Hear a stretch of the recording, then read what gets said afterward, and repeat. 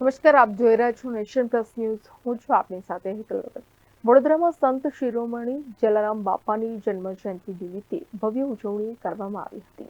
વડોદરાના કારેલીબાગ વિસ્તાર ખાતે આવેલ જલારામ મંદિરમાં સંત શિરોમણી જલારામ બાપાની 225મી જન્મ જયંતિ નિમિત્તે ઉત્સાહભેર ઉજવણી કરવામાં આવી હતી.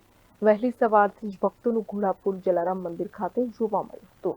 મંદિર પ્રશાસન દ્વારા ભક્તો માટે વ્યવસ્થાઓ પણ કરવામાં આવી છે. ભક્તોને કોઈ પણ પ્રકારની અગવડતા ન પડે તેની પૂર્ણ તકેદારી મંદિર પ્રશાસન દ્વારા રાખવામાં આવી છે. સંત શિરોમણી જલારામ બાપાના પ્રસાદ માટે દાદી બ્રહ્મભટ્ટ છાત્રાલય ખાતે પ્રસાદીનું વિશેષ આયોજન કરવામાં આવ્યું છે.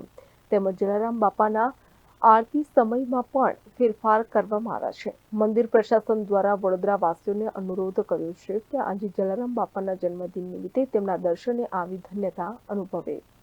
આજે જલારામ બાપાની 225મી જન્મ જયંતિ નિમિત્તે જલારામ કારેલીબાગ મંદિર ખૂબ સુંદર આયોજન કરવામાં આવ્યું છે.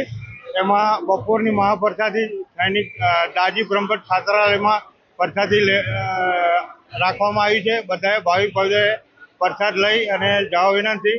અને અહીંયા મંદિરમાં ખૂબ જ સારી વ્યવસ્થા અને જબરદસ્ત પ્રસાદી અને લોકોની ભીડ ને દર્શન મસ્ત થાય છે. શાંતિથી બધા દર્શન કરે છે અને અહીંયા ભોજનશાળા ચાલુ થઈ ગઈ છે, એટલે બધાએ પ્રસાદી લઈને જવા વિનંતી.